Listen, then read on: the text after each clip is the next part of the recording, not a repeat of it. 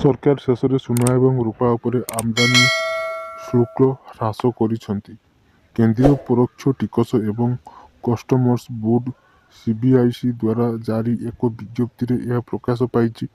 ଏହା ଅଧୀନରେ ସୁନାର ମୂଲ୍ୟ ଆମଦାନୀ ମୂଲ୍ୟ ପ୍ରାୟ $50 ହ୍ରାସ କରି ପ୍ରତି 10 ଗ୍ରାମକୁ $1,518 କରାଯାଇଛି। ରୂପାର ମୂଲ୍ୟ $800 ଅଧିକ ହ୍ରାସ କରି ପ୍ରତି କିଲୋଗ୍ରାମକୁ $2,657 କରାଯାଇଛି। ଏହି ମୂଲ୍ୟ ନିର୍ଦ୍ଦିଷ୍ଟ ଶୁଳ୍କ ଶୀର୍ଷକ ଅଧୀନରେ ଯେକୌଣସି ପ୍ରକାରରେ ଆମଦାନୀ ହେଉଥିବା ସୁନା ଏବଂ ରୂପା ପାଇଁ ପ୍ରଯୁଜ୍ୟ ହେବ। ବିଶ୍ୱ ସୁନା ଏବଂ ରୂପାର ମୂଲ୍ୟ ବୃଦ୍ଧି ମଧ୍ୟରେ ଆମଦାନୀ ଶୁଳ୍କ ଭାରତରେ ହ୍ରାସ ପ୍ରକୃତରେ ଏକ ଆଶ୍ୱସ୍ତିର କଥା। ଆମଦାନୀ ଶୁଳ୍କ ହ୍ରାସ କେତେ? ଆମଦାନୀ ଶୁଳ୍କ ହ୍ରାସ ଏହି ହ୍ରାସ ଉଚ୍ଚତା ଓ ଶୁଦ୍ଧତା ସୁନା ବାର ଏବଂ ମୁଦ୍ରା ଏବଂ ରୂପା ବୁଲାନ ଏବଂ ପଦକ ପାଇଁ ମଧ୍ୟ ପ୍ରଯୁଜ୍ୟ ହେବ। ତଥାପି ଏଥିରେ ଅଳଙ୍କାର, ମୂଲ୍ୟବାନ ଧାତୁ ଜିନିଷ ଏବଂ ଡାକ, କୋରିଅର କିମ୍ବା ବାଗେଜ ଦ୍ୱାରା ଆମଦାନୀ ଅନ୍ତର୍ଭୁକ୍ତ ନୁହେଁ।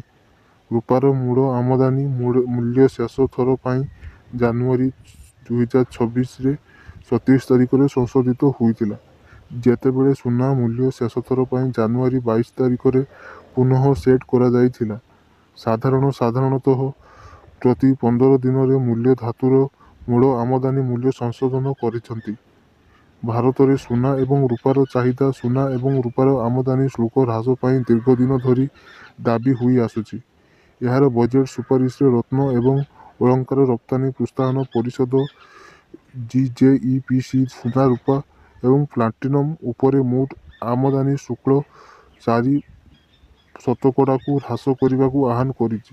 ଭାରତ ବିଶ୍ୱର ଦ୍ୱିତୀୟ ସର୍ବବୃହତ ସୁନା ଗ୍ରାହକ ଏବଂ ରୂପା ସର୍ବବୃହତର ବଜାର। ଭାରତ ଏହାର ଅଧିକାଂଶ ସୁନା ଚାହିଦା ଆମଦାନୀ ମାଧ୍ୟମରେ ପୂରଣ କରେ। ସେହିପରି ଏହାର ରୂପାର ଆବଶ୍ୟକତାର 80%ରୁ ଅଧିକ ବିଦେଶୀ ଯୋଗାଣ ମାଧ୍ୟମରେ ପୂରଣ କରାଯାଏ। କ୍ରିସିଲ୍ ରେଟିଂ ଦ୍ୱାରା କରାଯାଇଥିବା ଏକ ଅଧ୍ୟୟନ ଅନୁଯାୟୀ 2026-27ରେ ଖୁଚୁରା ବିକ୍ରିର ପରିମାଣ 5ରୁ 7 ଦଶମିକ ହାରରେ ବୃଦ୍ଧି ପାଇବାର ଆକଳନ କରାଯାଇଛି।